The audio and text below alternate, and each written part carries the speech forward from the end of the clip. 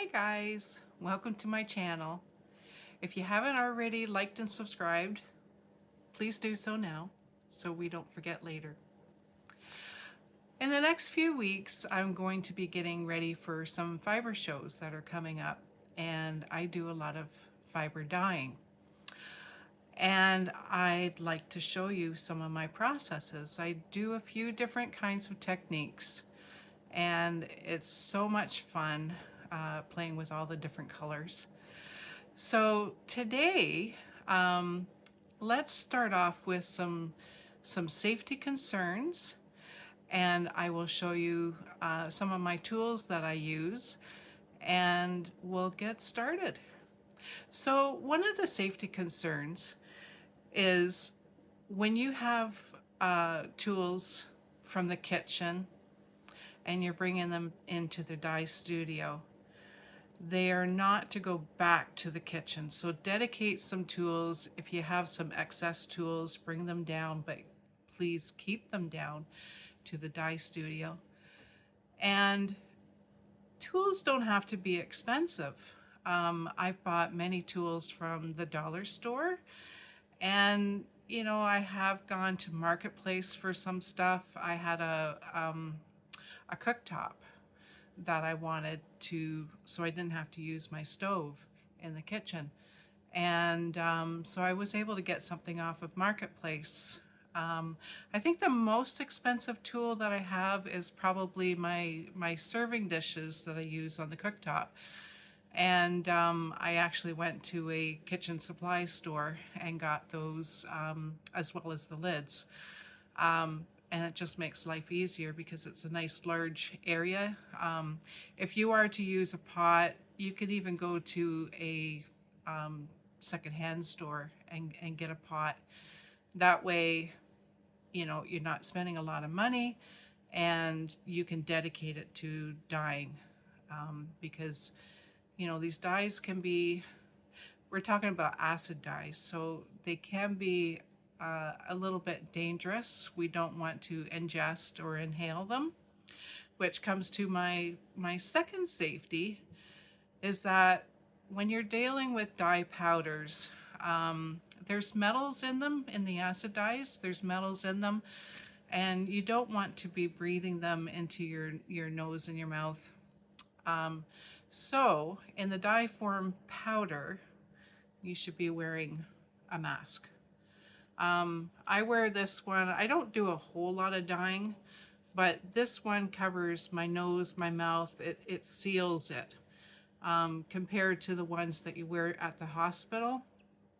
They're a little bit more open at the side especially, and they can be a little bit open near the nose, so the particles can still get in.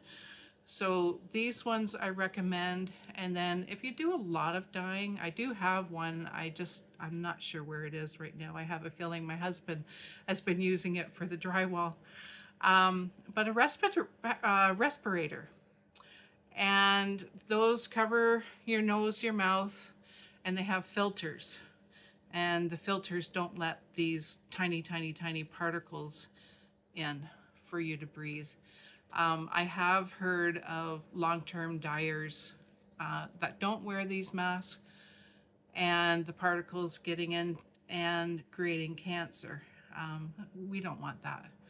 So please be safe, wear a mask. So much, it's not that difficult, and it's only in the dye powder form when you're using it. Once the dyes are diluted in water, they're safe as far as breathing.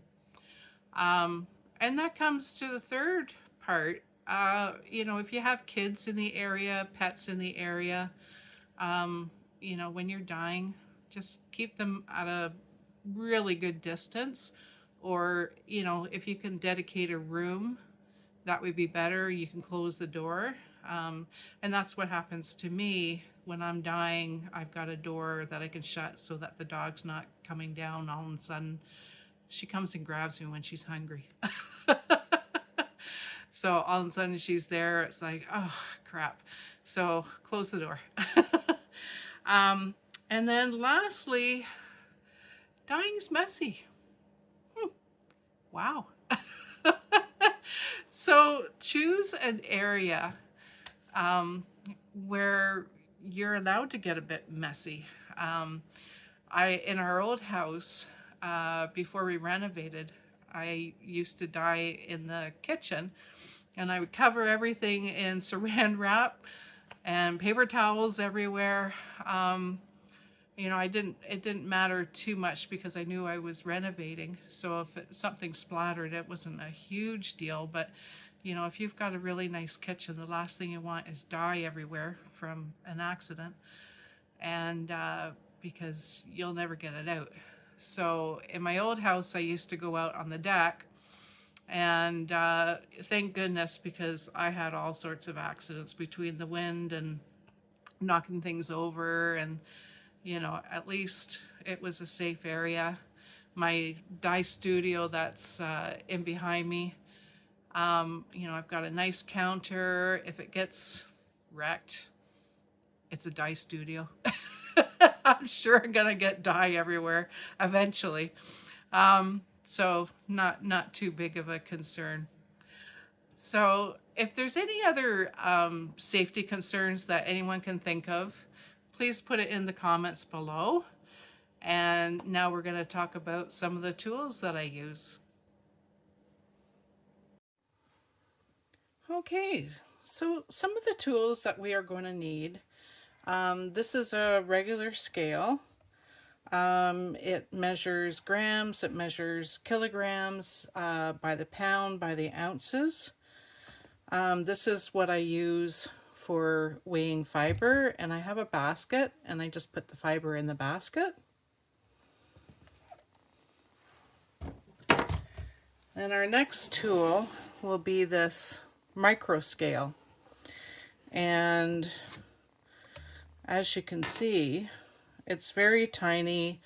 It does 3 digits from the decimal. So weighing the powders, you will need something like this. Oh, my dog's barking.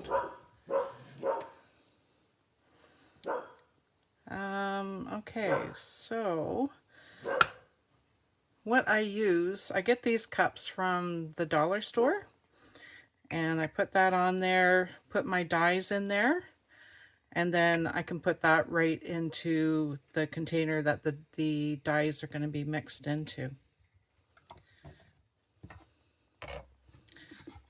So those are essential if you want accurate mixing of dyes. So I do use mason jars, and when I've got the dye stock all ready, I can use these very large syringes, and that way I can just fill them up, put it onto the fiber. They work really well. This thing here, I got this to mix the dye stock up, and it's just I think it's a latte whisk, but it saves my arms having to mix everything. And or you can just use a regular whisk that you can get at the dollar store. A set of tongs. When you got hot fiber in the pot, you need tongs to get it out.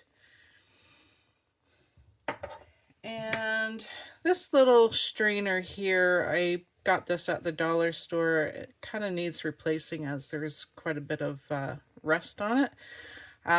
But this is great for when you want to dust on powders onto your fiber. And want to wear your mask. This one covers your mouth and nose really nicely. It's a very tight fitting mask. Or use the ventilator. Saran wrap. This is going to be handy. The first dye project we're going to do, we're going to need the saran wrap because we're going to do some hand painting. It's a great beginner dyeing technique. So we're going to use the Saran Wrap dyes. So this is what I have. This is what I use. Now in my shop, I've now got, if you just want to try your hand at dyeing, I've got 5 grams, which 5 grams at 1%, this will do 500 grams of fiber. And that's, you know, like a deep color saturation. So if you wanted to do pastels, you could probably do about 10, 15 grams. So that's quite a bit of fiber in one packet that you can dye. So I got all my colors that they come in. So I've got a sheet, I've got, you know, the blues, the greens, the oranges, reds, purples, and browns.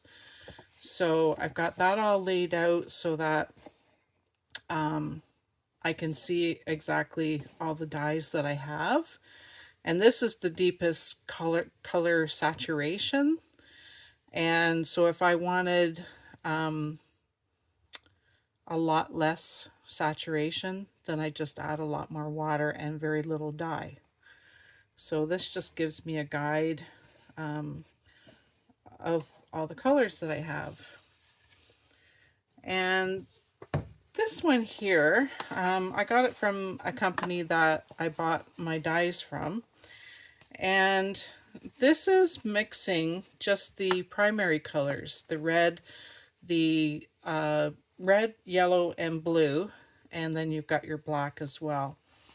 And, you know, red and blue gives you, you know, your purples. And then, of course, your blue and yellow gives you your greens. And then yellow and red gives you your oranges. So just by having, you know, those 3 primary colors gives you a lot of color choices when you're blending.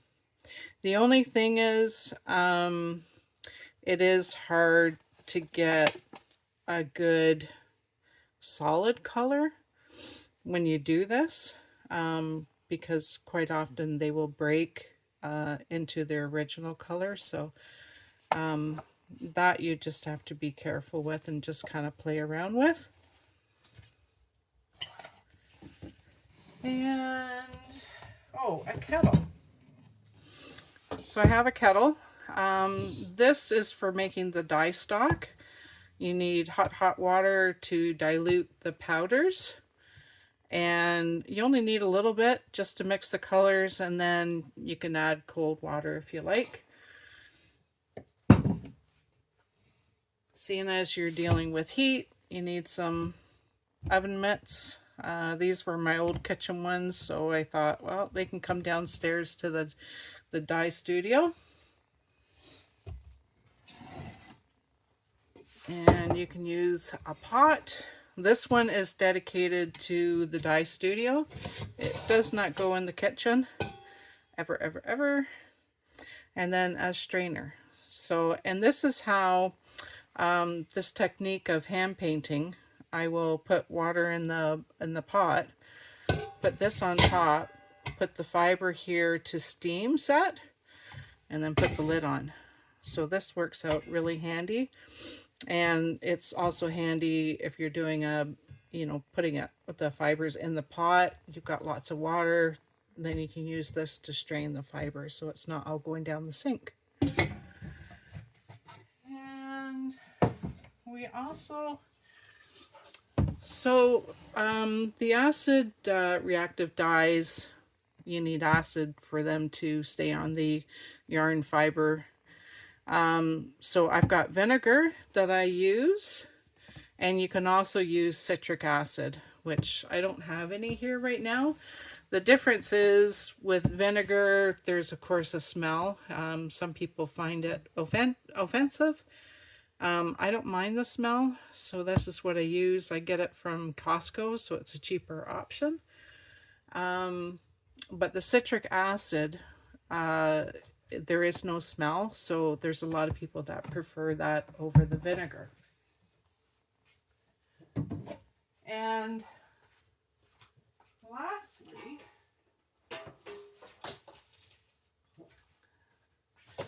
because I don't want to use my kitchen, I have this cooktop, and it's a double burner, which works great for my, what are these called? Serving dishes. They're stainless steel, so they work with the cooktop. And so that's what I use down here.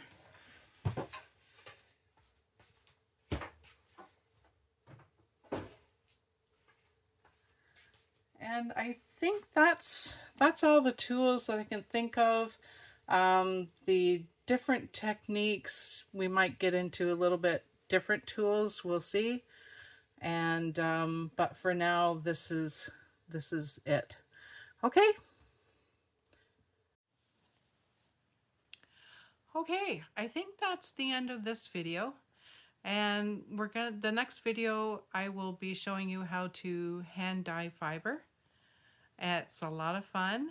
It's a real beginner dyeing process. You don't need a lot of tools, and I think this would be a good starter to get you right into dyeing.